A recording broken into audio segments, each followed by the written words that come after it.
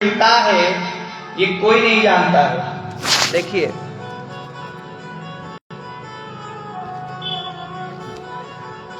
एक बार भगवान का नाम लेने से क्या फल है ये कोई नहीं जानता।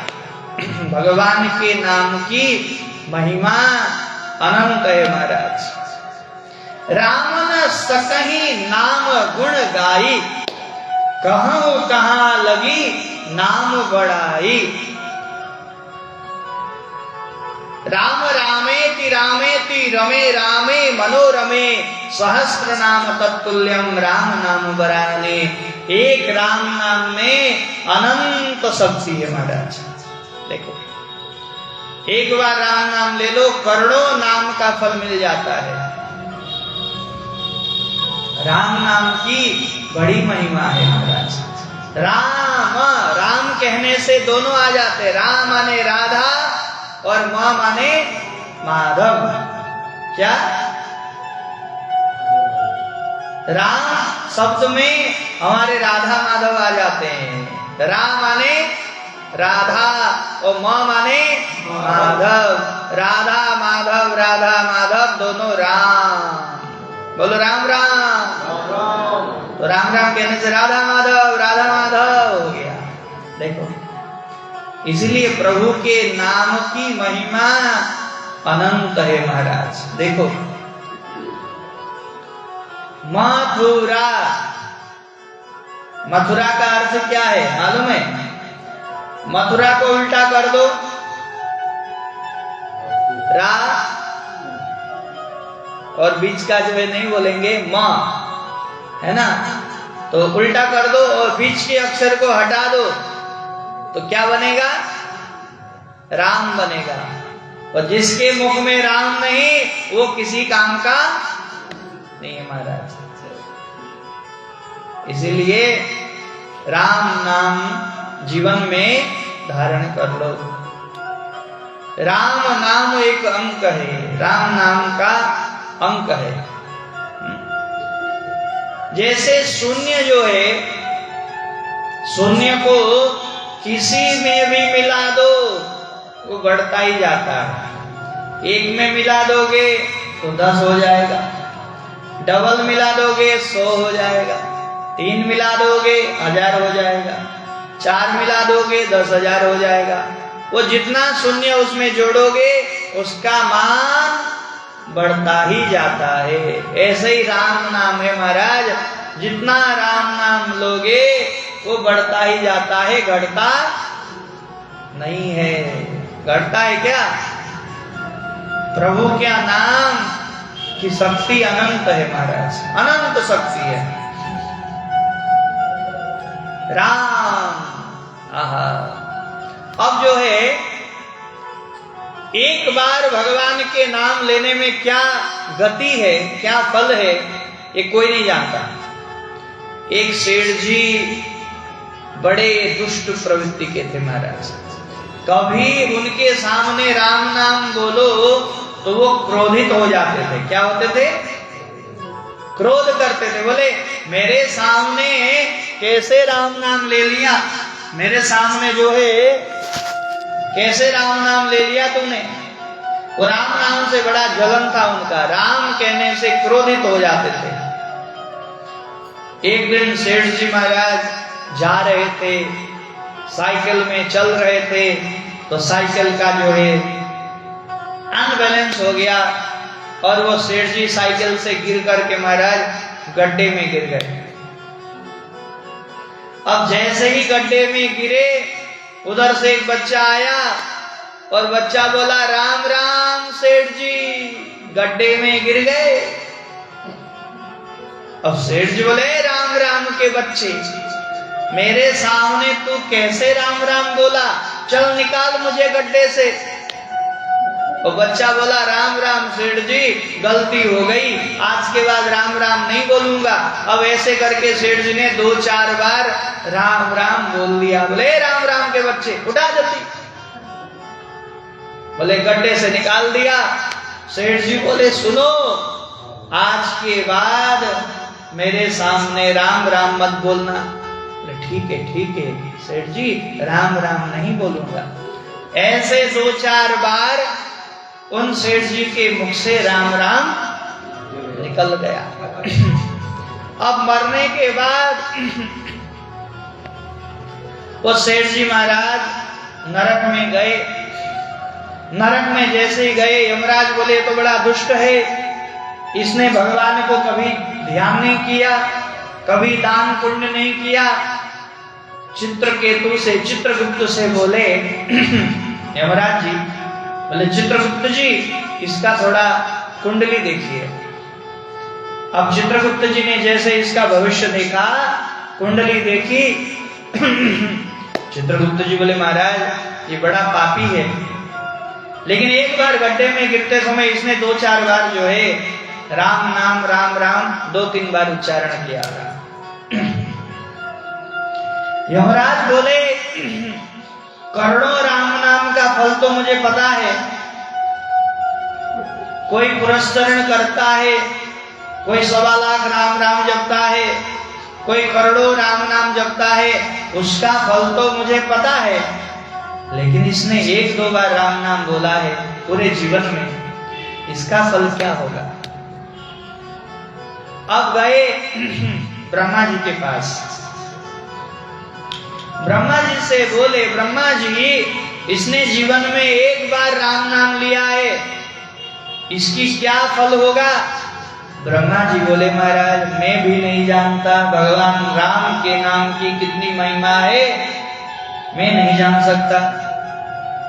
ब्रह्मा जी ने भी मना कर दिया। अब उस सेठ जी को लेकर के गए, बोले चलो भोले बाबा के पास, कैलाश चलते हैं। और कैलाश में लेकर के भोले बाबा से पूछा, बोले भोलेनाथ, बोले हाँ, इस सेठ जी ने 1-2 बार राम नाम लिया है, इस सेठ जी की क्या गति होगी बताओ। तो भोले बाबा बोले महाराज मैं भी भगवान के नाम में कितनी शक्ति है ये मैं नहीं जान सकता। भोले बाबा ने भी मना कर दिया। अब भोले बाबा बोले देखो इसने राम नाम लिया है ना, चलो सब भगवान विष्णु नारायण के पास चलते हैं, उन्हीं का नाम लिया है, उन्हीं से पूछते हैं। अब सब लोग वैकुंठ जाने लगे, तो सेठ जी टेढ़ी नजर से देखने लगा। सेठ जी वो बैठ गया। सेठ जी बोला मेरा दिमाग खराब है क्या है? कभी तुम लोग ब्रह्मलोक ले जाते हो, कभी तुम लोग कैलाश ले जाते हो, मेरा दिमाग ठीक नहीं, मेरे पागल नहीं हो। अरे अगर मुझे तुम वैकुंठ ले जाना चाहते हो, मेरी तबीयत अभी ठीक नहीं है, पैर दर्द हो रहा है, हाँ, और मैं चल नहीं सकता, और मुझे तुम ले जाना चाहते हो तो पालकी में ढोके ले जाओ, पालकी में बैठा के ले जाओ, नहीं तो मैं जाने वाला नहीं। अब महाराज ब्रह्मा जी ने पालकी बनाई, बोले क्या करे, ले तो जाना पड़ेगा। अब महाराज शंकर जी पालकी ढोने लगे, उधर यमराज जी पालकी ढोने लगे। पालकी समझते, पहले पहले पालकी होती, वैष्णो देवी हम जाते हैं तो पालकी में लोग जाते हैं, केदारनाथ में भी पालकी वाले होते हैं बैठ के। अरे महाराज दूसरे को कष्ट दे करके भगवान का दर्शन करना पुण्य नहीं है। अब सोचो उसको कितना कष्ट होता है। हम लोग तो बड़े मजे से, एक मोटू गया था, अभी फेसबुक में आया था, मोटू इतना बड़ा शरीर और उसको पैसे दे करके पालकी में ढोते हुए ले जा रहे हैं महाराज। तो बताओ कितना कष्ट है। भले पैसा दे रहे हो, लेकिन दूसरे के शरीर में बैठना बड़ा कष्टदायक है महाराज। देखो अब वो सेठ जी को ब्रह्मा जी पालकी ढोने लगे, शंकर जी पालकी ढोने लगे, यमराज नारद जी चारों सब पालकी में उसको बैठा करके भगवान के पास ले जाने लगे। श्रीमन नारायण नारायण नारायण नारायण नारायण। अब जैसे ही पालकी में बैठा कर ले जाने लगे, दूर से भगवान ने देखा, बोले लक्ष्मी जी देखो देखो कितना बड़ा भगत आ रहा है। देखो शंकर जी पालकी ढो रहे हैं, ब्रह्मा जी पालकी ढो रहे हैं, यमराज नारद जी सब आ रहे हैं। लगता है कोई बड़ा भगत आ रहा है मेरा, लाओ लाओ माला लाओ। भगवान ने अपने गले की माला उतारी और दौड़े दौड़े भगवान गए। ब्रह्मा जी मना कर रहे, बोले प्रभु मत पहनाओ। शिव जी मना कर रहे हैं, यमराज बोल रहे हैं प्रभु मत पहनाओ। लेकिन भगवान दौड़े दौड़े गए और अपनी माला जो है उस सेठ जी के गले में पहना दिया। अब तो सेठ जी का आश्चर्य का ठिकाना नहीं रहा। यमराज बोले प्रभु हम तो आपके पास इसका क्या फल है वो बताने लाए थे। भगवान बोले क्या हुआ? बोले इसने बहुत पाप कर्म किया है, लेकिन इसने केवल एक बार राम नाम लिया है। अब आप बताओ इसका फल क्या है? तो भगवान बोले जिसको शिव पालकी में ढो रहा हो, जिसको ब्रह्मा पालकी में ढो रहा हो, उसकी क्या गति हो सकती है ये तुम समझ जाओ महाराज। इसीलिए राम नाम की महिमा अपरंपार है महाराज। राम नाम की महिमा अपरंपार है। इसलिए राम की महिमा, नाम की महिमा भगवान भी नहीं जानते। राम नाम में बड़ी शक्ति है महाराज। देखो राम नाम लेकर के विभीषण ने महाराज लंका पाई। राम नाम लेकर के हनुमान जी समुद्र पार हो गए। और राम नाम लेकर के महाराज सुग्रीव को भगवान ने राज्य प्रदान किया। सुग्रीव ने राम नाम लिया तो राज्य भगवान ने उसको प्रदान किया। राम नाम की भरत जी ने 14 वर्ष तक महाराज राम नाम लेकर के राज्य किया। जब भगवान वन में थे तो राम नाम लेकर के भरत जी 14 वर्ष तक भगवान राम की प्रतीक्षा में राज्य उन्होंने किया। इसलिए राम नाम की अनंत महिमा है। राम नाम की लूट है, लूट सके तो लूट, अंत समय पछताएगा जब प्राण जाएंगे छूट। इसलिए महाराज राम का नाम लेकर जो मर जाएगा वो दुनिया में अमर नाम कर जाएगा। ये न पूछो कि मरकर किधर जाएगा, वो जिधर भी जाएगा मेरे राम को पाएगा। इसलिए राम नाम ले लो महाराज। बोलो राम राम। बड़ा ही सुंदर भाव है। भगवान आज वसुदेव जी महाराज उस कन्या को लेकर के मथुरा में प्रविष्ट हुए। अब जैसे उस कन्या को लेकर के आए, कंस को पता चला कि कुछ हुआ है और दौड़ा दौड़ा कंस आया और देवकी से उस कन्या को छीन लिया। देवकी ने कहा भैया ये बेटा नहीं ये बेटी है। कंस ने कहा चाहे बेटा हो चाहे बेटी हो मेरा काल है, मुझे दो। और वसुदेव और देवकी से उस कन्या को छीन लिया कंस ने। और उस कन्या को कंस ने पत्थर पर फेंका और जैसे ही पत्थर पर फेंका वो कन्या अष्टभुजा देवी हो गई महाराज। बोलिए जगत जननी दुर्गा माता की जय। वो कन्या अष्टभुजा वाली हो गई और वो कन्या बोली अरे कंस तू मुझे क्या मारेगा, तुझे मारने वाला तो कहीं पैदा हो चुका है। किम मया हतयानंद जाता खलु तवांतकृत। अब महाराज यत्र कवा पूर्व शत्रु माहिंसी कृपणान्वृता, तुझे मारने वाला कहीं पैदा हो गया है। कंस ने कहा कहां हुआ है बताओ। भगवती बोली नहीं बताओगे महाराज। इसलिए बालकों को मारना छोड़ दे। अब कंस को थोड़ा पश्चाताप हुआ, बोले मैंने व्यर्थ में इतने बालकों को मारा, अब राक्षसों की बुद्धि है, पल में गुस्सा करते, पल में वो क्रोधित हो जाता है। तो राक्षसों का मति कोई नहीं समझ सकता।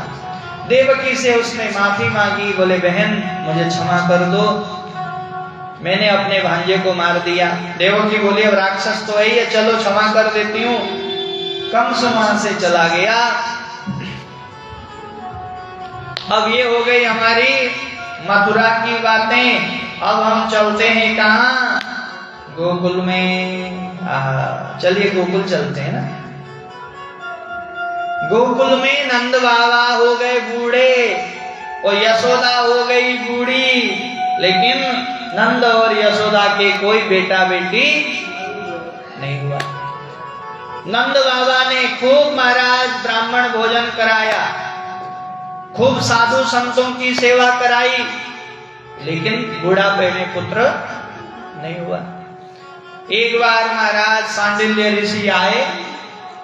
नंद बाबा बोले महाराज क्या बुढ़ापे में पुत्र की खुशी नहीं होगी, संतान का मुख नहीं देखने को मिलेगा? तो मुनि ने कहा, बोले देखो ब्राह्मणों को भोजन कराओ, गौ सेवा करो, साधु महात्मा की सेवा करो। नंद बाबा बोले हमने सब करके देख लिया, कुछ फायदा नहीं हुआ। तो बोले एक मंत्र देते हैं। नंद बाबा को महात्मा जी ने एक मंत्र दिया। मंत्र कौन सा है? बोले देवकी सुत गोविंद वासुदेव जगतपते देहि मे तनयं कृष्ण त्वामहं शरणं गता। यह पुत्र होने का मंत्र है। इस मंत्र को जपने से पुत्र हो जाता है। लेकिन नंद बाबा मंत्र भूल गए। अब वो मंत्र ही याद ना भयो। और नंद बाबा गौशाला में माला जप रहे थे। देवकी सुत गोविंद वासुदेव जगतपते देहि मे तनयं कृष्ण त्वामहं शरणं गता। अब जप रहे थे मंत्र ही भूल गए महाराज। अब क्या करें? ओ नंद बाबा बोले अब मंत्र का क्या करें? ओ नंद बाबा फिर से बोलने लगे, हे प्रभु अब तो भयो नाय, अब तो भयो नाय, आगोई पटो नाय, मैं 80 वर्ष को बूढ़ो हे गयो। अब मंत्र पढ़ रहे देखो, मैं 80 वर्ष को बूढ़ो हे गयो, अब तक लाला भयो नाय, अब तो भयो नाय, आगे पतो नाय। ऐसे मंत्र जप रहे थे। अब महाराज यशोदा मैया संतान को जन्म देने वाली हो गई और नंदा और सुनंदा दोनों यशोदा की सेवा करने के लिए आ गई महाराज। ध्यान दीजिए, बेटियां कितनी भी पैसे वाली क्यों न हो, मायके का मोह बड़ा रहता है। मायके में गई और मेरी माँ ने मुझे कुछ भी नहीं दिया, भाई ने कुछ भी नहीं दिया। भले ससुराल में संपन्न हो, लेकिन मायके का एक कुछ न कुछ चाहिए, है कि नहीं? बोलो राधे राधे। लेकिन एक बात बताऊं, जब तक मायके में माँ होती है ना, तब तक ही मायका होता है। अगर मायके में माँ नहीं है तो आपको पूछने वाला भी बहुत कम मिलेंगे महाराज। ये सत्य बात है। और माँ जितना प्रेम अपने बेटी से करती है उतना कोई नहीं करता। देखो अब जो है नंदा और सुनंदा यशोदा की सेवा करने के लिए आ गए और यशोदा मैया गर्भवती हो गई। आज महाराज नवमी का दिन था। कौन सा दिन था? नवमी। अष्टमी को भगवान ने जन्म लिया कहाँ? मथुरा में। और नवमी के दिन सुबह नंदा सुनंदा जो है यशोदा के कमरे में गई तो देखा महाराज, देखो पहले कन्या हुई थी लेकिन यशोदा श्रम से थक गई थी महाराज। तो वो नतलिंग परिश्रांता, वो पुरुष है कि स्त्री है वो नहीं जान पाई, थकी हुई थी। तो वसुदेव जी ने उस कन्या को लेकर के गए और अपने पुत्र को वहीं छोड़ दिया। तो जैसे ही सुनंदा ने वो चद्दर हटाया, फिर बोली कहीं महाराज बेटी तो नहीं है।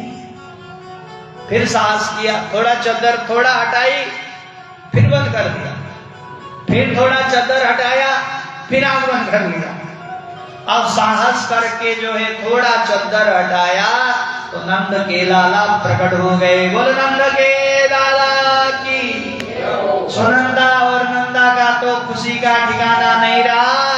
चम्मच ले लिया, थाली ले ली, कटोरी ले ली और महाराज डम डम डम डम डम डम डम डम बजाने लगी। और भैया नाचते हुए गई नंद बाबा के पास में और नंद बाबा के पास में जाकर के बोली, अरे बाबा आपने जो माला जपी, आपने जो भगवान को भजन कियो वह सफल है गयो। नंद बाबा बोले का भयो बाबा बधाई हो। नंद बाबा बोले बुढ़ापे में का बात की बधाई, का भयो बता। सुनंदा बोली ऐसो ना बताऊं, वो गले का जो हार है वो हार मोहे दो तब जाके बताऊं मैं। नंद बाबा बोले बहना सब तेरा ही तो है, ले हार ले ले। ओ महाराज नंद बाबा ने वो 9 लखा सोने का हार उतार करके दिया। सुनंदा ने बड़ी खुशखबरी सुनाई, बोले लाला बाबा तेरो घर में लाला को क्या हुआ है, अरे जोर से बोलो। हाँ लाला को जन्म भयो है। और नंद बाबा तो बड़े खुश हो गए महाराज। नंद बाबा बड़े प्रसन्न हो गए महाराज। ओहो लाला को जन्म भयो है। अब तो नंद बाबा नाचने लगे, गाने लगे। ओहो अब जो है नंद बाबा ने सबसे पहले यमुना में स्नान किया। यमुना में स्नान किया, सुंदर कपड़े पहने, सुंदर मुकुट पहना, सुंदर हार पहना और सुंदर वस्त्र पहना, चंदन तिलक लगाया। और नंद बाबा बोले ब्रजवासी बताइयो मैं कैसो लग रहा हूं। बूढ़े तो थे। नंद बाबा बोले बाबा, ओ ब्रजवासी बोले बाबा तू बड़ो जवान लग रहे हो। नंद बाबा बोले दाढ़ी के मेरो लाला भयो तो मैं बूढ़ो लगूंगा, शर्म नहीं आवे और मैं जवान हूं महाराज। और नंद बाबा बड़े सुंदर हो गए। और ब्राह्मणों ने महाराज स्वस्ति वाचन करायो नंद बाबा को। ओम स्वस्ति न इंद्रो वृद्धश्रवाः स्वस्ति नः पूषा विश्ववेदाः स्वस्ति नस्तार्क्ष्यो अरिष्टनेमिः स्वस्ति नो बृहस्पतिर्दधातु। ब्राह्मणों ने स्वस्ति वाचन किया। नंदस्त्वात्मज उत्पन्ने जाता लादो महामना आहूय विप्रान् वेदज्ञान् स्नातः शुचिरलंकृता। नंदस्त्वात्मज उत्पन्ने, नंद बाबा के पुत्र होने की खुशी में जाता लादो महामना, आह्लाद जाता प्रसन्न हो गए महाराज। महामना महान चासो मना महामना, नंद बाबा महान मन वाले हो गए महाराज, बड़े मन वाले हो गए, दिल खोल करके दान किया। आहूय विप्राण वेदज्ञान, वेदज्ञान वेदों को जानने वाले, विप्राण ब्राह्मणों को आहूय बुला करके, स्नातः शुचि अलंकृता, स्नान करके पवित्र होकर के अलंकृत हो गए नंद बाबा। और नंद बाबा ने देखिए अपने पुत्र की खुशी में बड़ो दान कियो महाराज। हाँ नंद बाबा अपने पुत्र जन्म की खुशी में बड़ो बड़ो दान कियो। दान जीवन में करना चाहिए। दान क्या है? जो हम स्वेच्छा से देते हैं उसको क्या कहते हैं? दान। दीयते दानम, और दान करने से धन बढ़ता है, घटता नहीं है। जिसने जीवन में दान नहीं किया उसकी मृत्यु बिगड़ जाती है महाराज। ध्यान देना, बोलो राधे राधे। जल्दी प्राण नहीं निकलते, फिर बड़े कष्ट में, बड़े दुख में प्राण जाते हैं। इसीलिए दान पुण्य जीवन में करते रहना चाहिए महाराज। देखो, दान करने से धन न घटे, और घटे न सरिता नीर। इसीलिए महाराज दान की बड़ी महिमा है महाराज। दान करना चाहिए, दान पुण्य करना चाहिए। नहीं तो धन इकट्ठा करते रहो, करते रहो, करते रहो। अब बच्चा बीमार हो गया, पत्नी बीमार हो गई, बेटा बीमार हो गया, माता पिता बीमार हो गए, और लग गया पैसा, करोड़ों लग गए।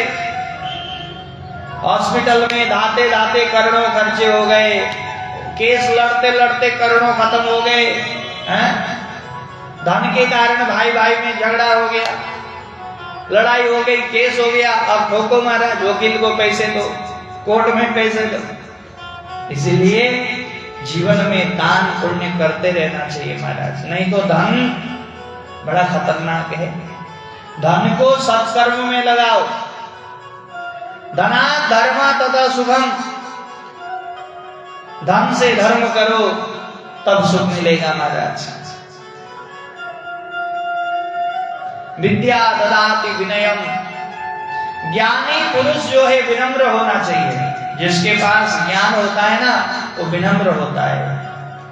फलदार वृक्ष हमेशा झुकते हैं, झुकते हैं कि नहीं?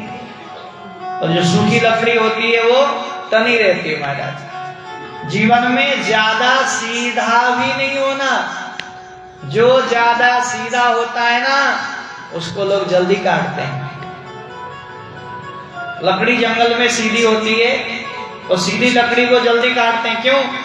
बटन तखत इसमें काम आता है, अलमारी बनाने में काम आता है, खिड़की वगैरह बनाने में सीधी लकड़ी काम आती है, और लकड़ी थोड़ी टेढ़ी होगी वो छूट जाती है महाराज। इसीलिए जीवन में ज्यादा सीधा भी नहीं होना है, नहीं तो सब ठगते हैं महाराज।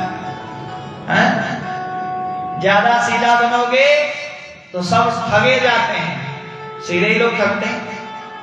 इसलिए थोड़ा टेढ़ा होना चाहिए महाराज। सर्प में विष न हो, सर्प में विष न हो तो भी उसको फुफकारना छोड़ना नहीं चाहिए महाराज। देखो, इसलिए ज्यादा सीधा मत बनो, थोड़ा टेढ़ा भी होना चाहिए। दान धर्म, दान करना चाहिए। तो नंद बाबा ने अपने पुत्र की खुशी में गायों का दान किया, गाय दान किए महाराज। धेनूनां नियुते प्रादात् विप्रेभ्यो शमलं कृते। 2 लाख गाय नंद बाबा ने दान किए। देखो, हमारे सनातन धर्म में गौ की कितनी महिमा है। जन्म से लेकर मृत्यु पर्यंत हमें गौ की पूजा करनी चाहिए महाराज।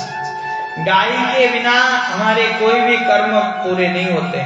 जन्म हुआ गौदान, विवाह हुआ गौदान, श्राद्ध हुआ गौदान, 13वीं हुई गौदान। तो गाय की सेवा करनी चाहिए महाराज। गौ सेवा सबसे बड़ी सेवा है। अब जो है नंद बाबा ने गौ दान किया। कन्यादान में भी गौदान होता है कि नहीं? तो गाय की सेवा सबसे बड़ी सेवा है। गौ सेवा करने से शरीर शुद्ध होता है। गोबर उठाओगे तो शरीर में रोग नहीं लगेगा। गाय को घास दोगे तो शरीर को रोग नहीं होगा। क्यों? घास काटने में मेहनत होती है। गाय को दाना बना के दो तो शरीर स्फूर्ति रहता है, शरीर में थोड़ा मेहनत होता है तो शरीर स्वस्थ रहता है। इसीलिए हमें गौ सेवा करनी चाहिए। गौ में समस्त देवी देवताओं का वास होता है। और मैं तो बताऊं, बड़े बड़े रोग, बड़े बड़े दुख कष्ट सब गौ माता की सेवा से दूर हो जाता है महाराज। गौमूत्र सेवन करने से बड़े बड़े रोग से छुटकारा मिल जाता है। और जिस घर में गाय आकर के आवाज देती है, अमा करती है, उस घर में सदैव लक्ष्मी का वास होता है। और जिस घर में गौ माता के लिए रोटी निकाली जाती है, उस घर में कभी दरिद्रता का वास नहीं होता। जिस घर में गौ माता की सेवा होती है, गाय के लिए रोटी निकाली जाती है, गौ माता को पूजते हैं, वो घर सदैव प्रसन्न होता है। उसमें हमारे देवी देवता सब प्रसन्न हो जाते हैं। इसीलिए गौ हमारी माता है। बोलो गौ माता की जय। तो नंद बाबा ने गौदान किया महाराज। धेनो नाम नियुते प्रादान विप्रेभ्यो समलम कृते। धान, तिल, जौ, गेहूं, दाल, चावल, इन सबको पहाड़ पहाड़ बना करके तिलाद्रिन सप्तरत्नों का 7 प्रकार के रत्नों के पहाड़ बनाए। कहीं सोना लुटा रहे, कहीं चांदी लुटा रहे, कहीं हीरा मोती लुटा रहे हैं। आज महाराज सारे नंद बाबा ने सब लुटाया महाराज। इतना दियो कि घर में कुछ भी नहीं बचा महाराज, सब दे दिया, दान में सब दे दिया। और आज महाराज ब्रजवासियों को पता चला नंद भवन में लाला को जन्म भयो है, तो सारे ब्रजवासी सुंदर सुंदर वस्त्र पहन करके, सुंदर पगड़ी पहन करके, सुंदर हार पहन करके, सुंदर वस्त्र पहन करके आज सारे ब्रजवासी नंद महल में आए। और नंद महल में आकर के आज महाराज नंद बाबा को बधाई देने लगे, यशोदा मैया को बधाई देने लगे महाराज। हम भी नंद बाबा और यशोदा को बधाई देते हैं, ठीक है? चलो बधाई देंगे। नंद बाबा लाला जन्म की बधाई हो, बधाई हो, बधाई हो। जोर से आवाज नहीं आई महाराज। हम सब बधाई देंगे बाबा को। लाला जन्म सुनी आई, यशोदा मैया दे दो। हम सब जो है बधाई देंगे। नंद बाबा बधाई हो, और यशोदा मैया लाला जन्म की बधाई हो। आप सभी को भी लाला जन्म की बहुत बहुत बधाई हो। लाला जन्म सुनी आई, यशोदा मैया दे दो पर